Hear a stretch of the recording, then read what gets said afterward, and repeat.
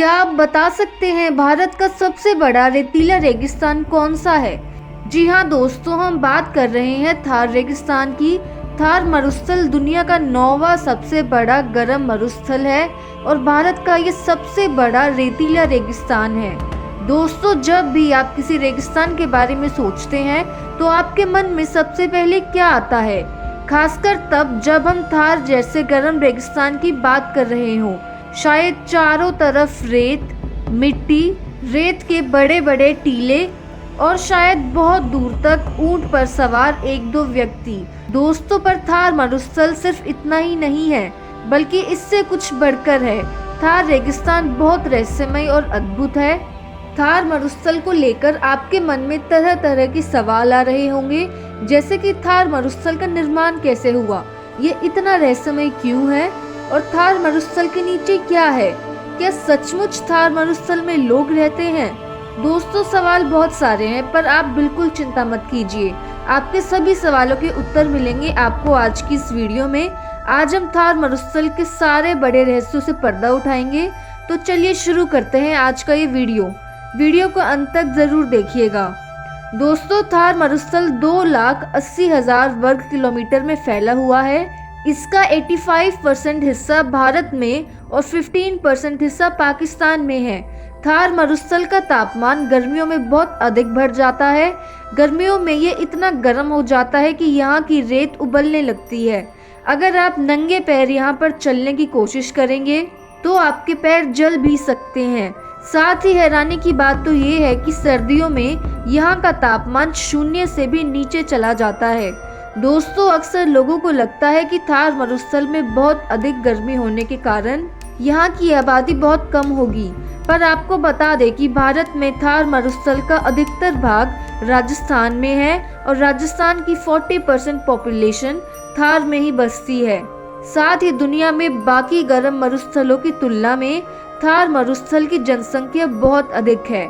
यहाँ 83 लोग पर स्क्वायर किलोमीटर में रहते हैं। यदि आप थार मरुस्थल में जाना चाहते हैं तो आपको बता दें, थार मरुस्थल का प्रवेश द्वार जोधपुर जिले को कहा जाता है। दोस्तों, यहाँ के लोग अधिकतर पशुपालन का काम करते हैं। थार मरुस्थल में रहने वाले लोगों को पानी की कमी जैसी काफ़ी समस्याओं का सामना करना पड़ता है, पर फिर भी ये लोग यहीं रहना पसंद करते हैं। ये लोग अक्सर भेड़, बकरियां, ऊंट जैसे पशुओं को पालते हैं। दोस्तों, अब जो आप सुनने जा रहे हैं तो शायद उसे सुनकर आप हैरान रह जाएं। आपको बता दें, थार मरुस्थल फैल रहा है। जी हाँ दोस्तों, ये बात एकदम सच है। थार मरुस्थल उत्तर पूर्वी दिशा में बढ़ रहा है। पहले के समय में भारत में थार मरुस्थल का अधिकतम भाग सिर्फ राजस्थान में था, पर अब ये बढ़ने के कारण हरियाणा तक पहुंच गया है। गवर्नमेंट पूरी कोशिश कर रही है कि बढ़ते हुए थार मरुस्थल को रोका जाए। इंदिरा गांधी नहर को बनाने के पीछे मुख्य कारण थार मरुस्थल के फैलाव को रोकना था। एक और मुख्य बात जो हमारे सामने आई है वो ये है कि वैज्ञानिक रिसर्च के अनुसार यदि पूरे थार मरुस्थल को सोलर पैनल से ढक दिया जाए तो पूरे भारत की बिजली आपूर्ति की जा सकती है। दोस्तों, थार मरुस्थल के नाम में भी अक्सर लोग बहुत रुचि रखते हैं। थार मरुस्थल का नाम थार क्यों रखा गया, इसके पीछे लोगों के विभिन्न मत हैं। कुछ लोग मानते हैं कि थार मरुस्थल का नाम पाकिस्तान में स्थित थार प्रकार के नाम से लिया गया है। वहीं कुछ लोग ये भी मानते हैं कि थार का नाम थल शब्द से आया है, जिसका अर्थ रेत का टीला होता है। पाकिस्तान में थार मरुस्थल को चोलिस्तान नाम से जाना जाता है। दोस्तों, आज हम थार को जिस रूप में देखते हैं ये पहले वैसा नहीं था। माना जाता है कि थार पहले बहुत हरा भरा हुआ करता था। यहाँ से किसी नदी के होने के संकेत भी मिले हैं जो आज के समय में गायब हो चुकी है। खोजकर्ताओं के अनुसार थार में 172 साल पहले कोई नदी बहती थी जो उस समय रहने वाले लोगों के लिए जीवन रेखा की तरह थी। प्राचीन समय में थार मरुस्थल की भूमि भी बहुत उपजाऊ हुआ करती थी, पर पानी की कमी के कारण ये मरुस्थल बन गया।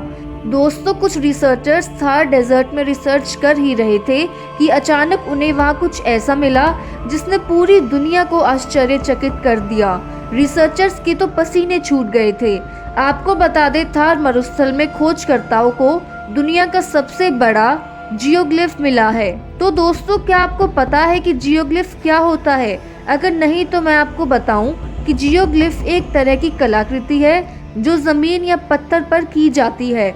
जियोग्लिफ्स अक्सर 4 मीटर से भी अधिक लंबे होते हैं और प्राकृतिक वस्तुएं जैसे पत्थर, मिट्टी आदि का इस्तेमाल करके बनाए जाते हैं। आपको बता दें, अब तक की सबसे प्रसिद्ध जियोग्लिफ पेरू की नाज़का लाइन्स है, पर थार डेजर्ट में मिले जियोग्लिफ इससे भी बड़े और आकर्षक है।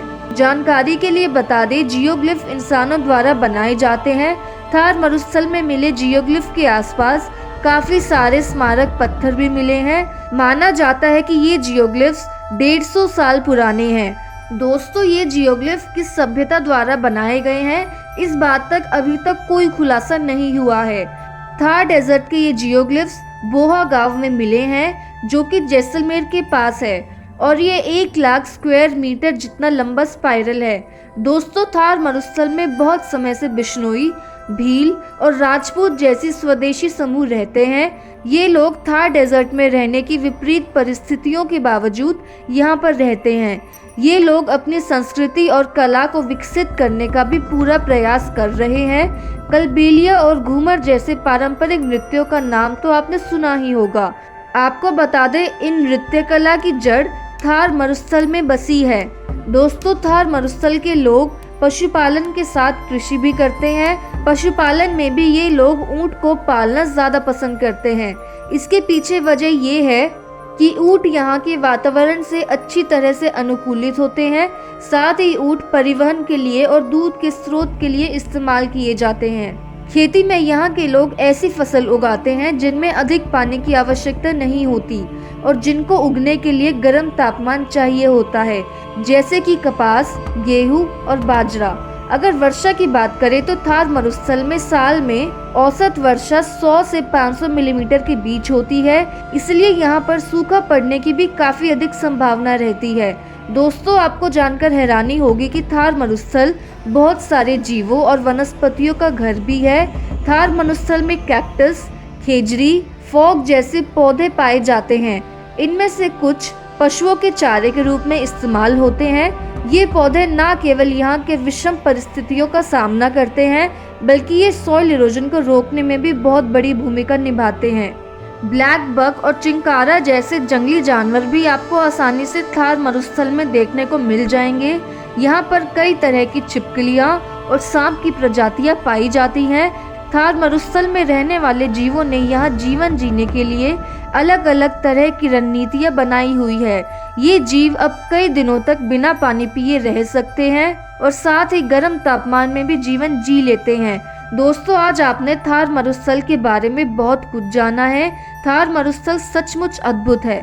थार मरुस्थल के राज सबको आश्चर्यचकित करते हैं। साथ ही थार मरुस्थल लोगों को अपनी ओर आकर्षित करने का काम भी बखूबी से करता है।